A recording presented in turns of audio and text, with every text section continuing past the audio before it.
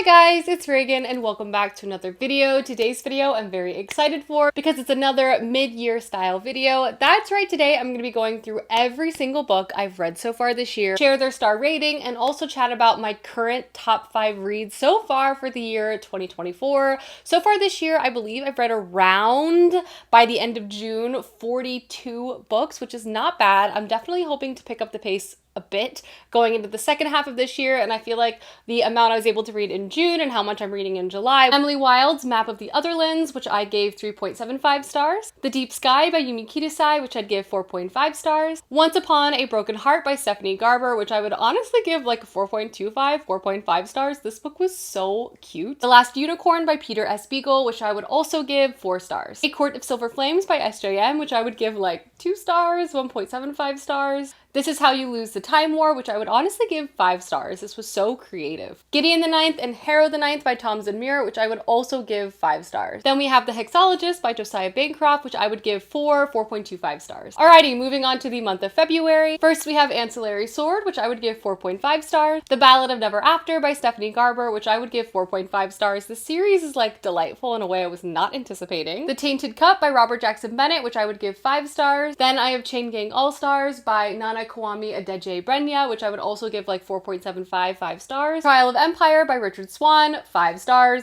definitely. And then lastly, for the month of February, I have The Warm Hands of Ghosts by Catherine Arden, which I would give 4 stars. Moving on now to the month of March, I have 3 books by Grace Draven that I read via ebook. The first one being The Phoenix Unbound, which I gave 5 stars. I also read The Dragon Unleashed from the same series, which I would give 4 stars. And lastly, The Master of Crows by Grace Draven, which I would give like a 3 or 3.5 stars. Then I have Yumi and the Nightmare Painter by Brandon Sanderson, which I would give 4 stars. Rogue Protocol by Martha Wells, which I would also give like 4 stars. The Jasad Heir by Sarah Heisem, which I would give like 3.5, 3.75 stars. El Canto by Anne Patchett, which I would also give 3.75 stars. And lastly, for the month of March, I have Nona the Ninth by Tamsin Muir, which I would give like 4.5 stars. I am really into this series. Moving on now to the month of April, I first have Artificial Condition and Exit Strategy by Martha Wells, and I would honestly give both of these books 5 stars. Then I have The Butcher of the Forest by Premi Mohammed, which I would give 4.25 stars. Severance by Ling Ma, which I would also give 4 stars. Miracle Creek by Angie Kim, which I would also give 4 stars. And lastly, The Familiar by Leigh Bardugo, which I would give like 3.75 stars. Atmospheric, fun, dark, could have been better, definitely, but I was still entertained. Moving on now for the month of May. First, I have The Empire of Silence by Christopher Ruccio, which I would also give 4 stars. The Rise of Empire by Michael J. Sullivan. I read the first book within this 2-book bindup, which I would give 3.5 stars. I also read The Shadow of What Was Lost by James Islington, which I would give like 3.5 stars. And then lastly, Babylon's Ashes by James S.A. Corey, which I would give 5 stars. Next up, we have the month of June, which I definitely redeemed myself a bit in terms of quantity of books read in 1 month. First, I have Fate Inked in Blood by Danielle Jensen, which I would give 2 stars. I have Heartless Hunter by Kristen Cicerelli, which I'd give like 2.5 stars. Part of Your World by Abby Jimenez, which I would give 3.5 stars. Yours Truly by Abby Jimenez, which honestly I'd give like 4.5, 5 stars. I was obsessed with this. Golden Sun by Pierce Brown, which I would give like 3 stars. Blood Over Bright Haven by ML Wong, which I would give 4.5 stars. Funny Story by Emily Henry, which I would give 4.5 stars. Happy Place by Emily Henry, which I would give 5 stars. Book Lovers by Emily Henry, which I would give like 3.5, 3.75 stars. And lastly, for the month of June, I have Just for the Summer by Abby Jimenez, which I would give 5 stars. Alrighty guys, those are the 42 books I've read so far this year. Now I'm gonna cut it down to my top 5. Honestly, I feel like this list is definitely fluctuating, and I'm very curious to see what my top 10 list is going to be by the end of this year, because I definitely feel like I've enjoyed a lot of books I've read in the first half, but I wouldn't necessarily say like any of them are particularly cemented in my top 10. But nevertheless, let's talk about my 5 favorite at the moment. Alrighty, starting off my top 5 list, I have Blood Over Bright Haven by ML Wong. ML Wong is by far and away one of my favorite fantasy writers. This book in particular is a dark academia fantasy standalone. ML Wong has a particular talent with creating so much fantastic characterization, world building, stakes, like emotional connection, and just honestly not a lot of space. I don't understand how she can pack in so much within her stories. She now has 2 books that have made my top list. Both of them have gotten 5 out of 5 stars, the first one being The Sword of Kaigen. But this book was honestly a very riveting read. It's basically set in this utopian city where magic rules everything. It runs the industry in this world. It's very much connected to the government. And we follow one of our main characters who's basically been fighting her entire life to work her way up this ministry of magic. No woman has ever been admitted into like the highest levels of this discipline. She is determined to break her way in because, to be honest, she is incredibly skilled and talented. At the beginning of the story, we see her sort of have this great achievement and she feels like finally everything should be smooth sailing from here, but she quickly realizes that all of her new coworkers don't want her there, and the struggle sort of continues, to say the least. She's also assigned not a real research assistant to help her with her work, but instead a janitor that works in the building. This story seems like it's going to be a very straightforward, like dark academia, magic-oriented story, learning about how the magic system works, how the city works, sort of our main character's background, and kind of how she worked so hard to get where she is. And yes, while elements of that is very much true, this does have a very academic focus and a very magic-focused storyline. It also is very subversive to the story itself, and the sort of directions that the author takes us in this book makes it incredibly hard to put down. I would say this is one of the fastest paced books I've read so far this year. It's also very dark, incredibly explosive, and just like a book that will kind of leave you reeling and thinking. And I really appreciate the direction that the author decided to take with this story. I found it to be a very interesting and logical approach, if I'm being honest. But all that to say is if you haven't read an ML Wong book yet, you definitely need to check them out because they're excellent. This is also being traditionally published, so I don't think you can get the self-published version yet, but it's being released, I think, in the fall of this year with a really beautiful edition. So definitely keep an eye out for that. The next book I honestly have to go with is This Is How You Lose the Time War by Amal El-Matar and Max Gladstone. This book honestly is a short and sweet read, but I also found it to leave quite the impact. It was just a really unique and surprising reading experience. And I also found how the story components, which felt to be like very much in contrast with each other, to work so well, and found just the overall reading experience of this book to be very, very refreshing.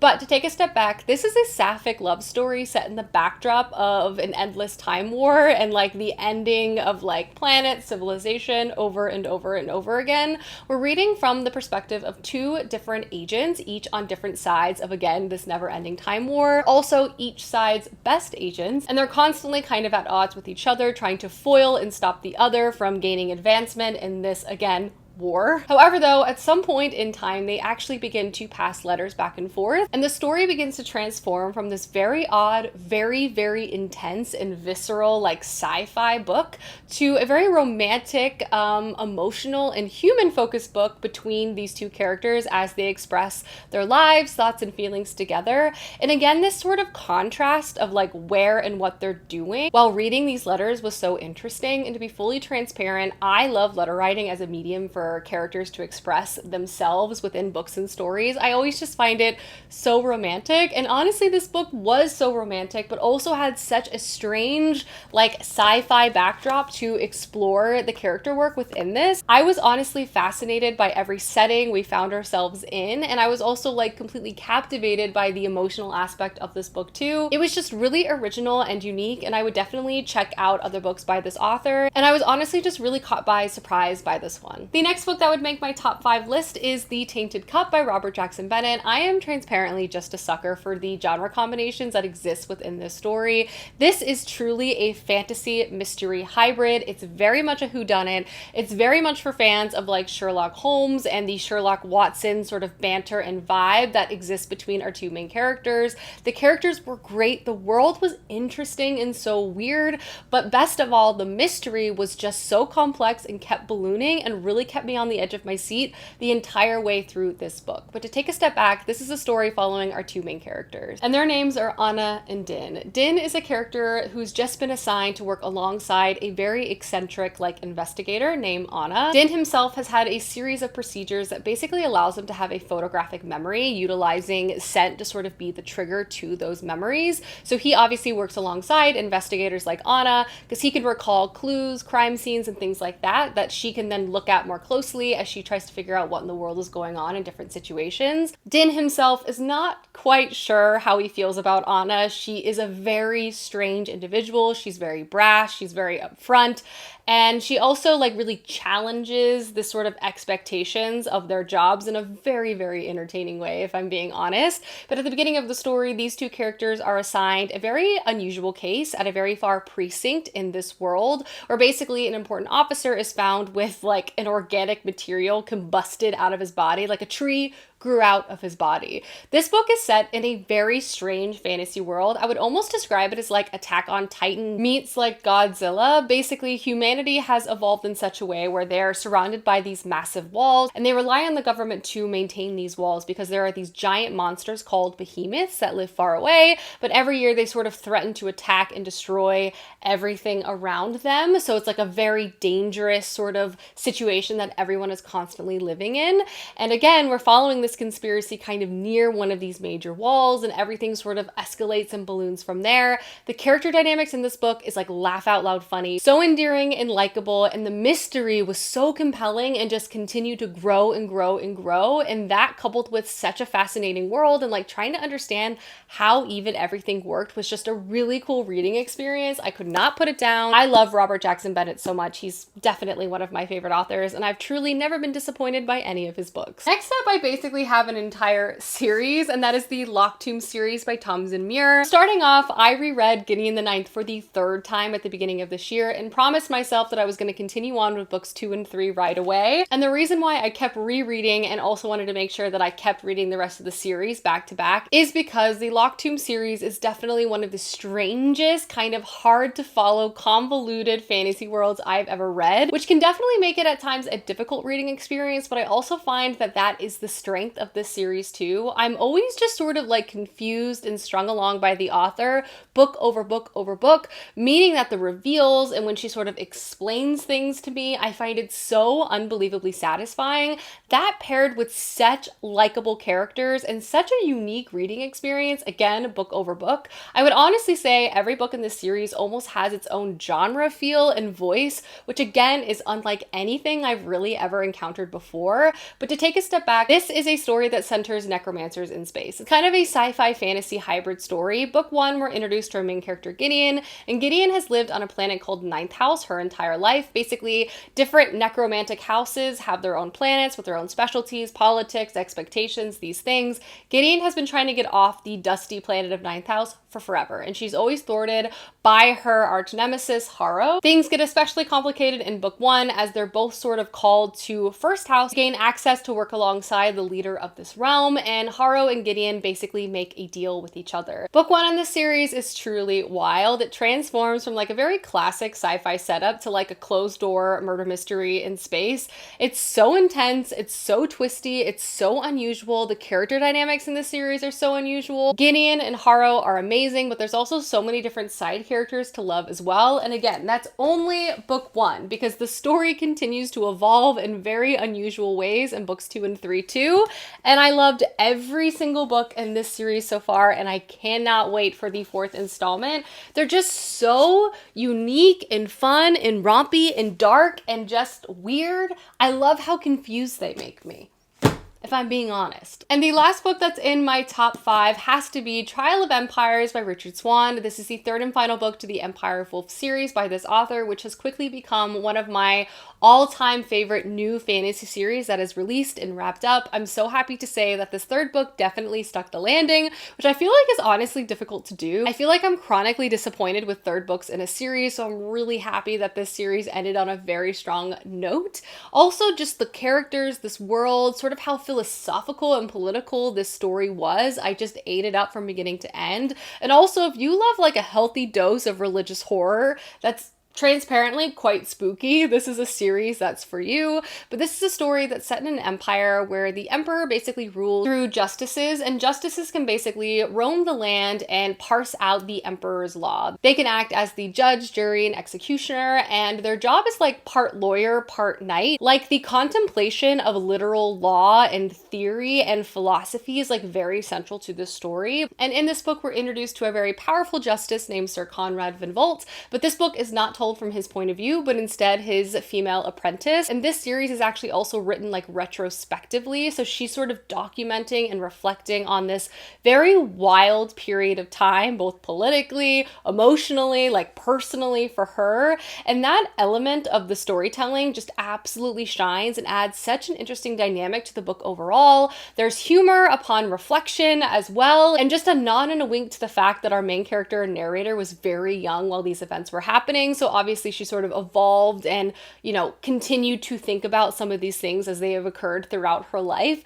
But the escalation of the plot of this book is so good. It's like you're kind of introduced to a specific localized conspiracy that balloons and balloons and balloons. And I just felt like the escalation of the plot was handled perfectly. The character dynamics were amazing. I loved the sort of core group of people we followed. But honestly, on top of it all, I really appreciated that the spirit of the characters was never lost. Like this constant contemplation on the morality of their decisions was like very center stage, especially as they began to fight this sort of evil force. At what level can you go until you sort of lose yourself within the fight and you too become the enemy? I just really appreciated how the characters were constantly sort of chewing these things over, like from a philosophical to a practical approach. I can imagine that not everyone would maybe love that as much as I did, but I just found it to be such an interesting addition, particularly in the context of the jobs of our characters and how they're honestly supposed to be more like legal bureaucrats, but they're now like fighting in wars and like trying to establish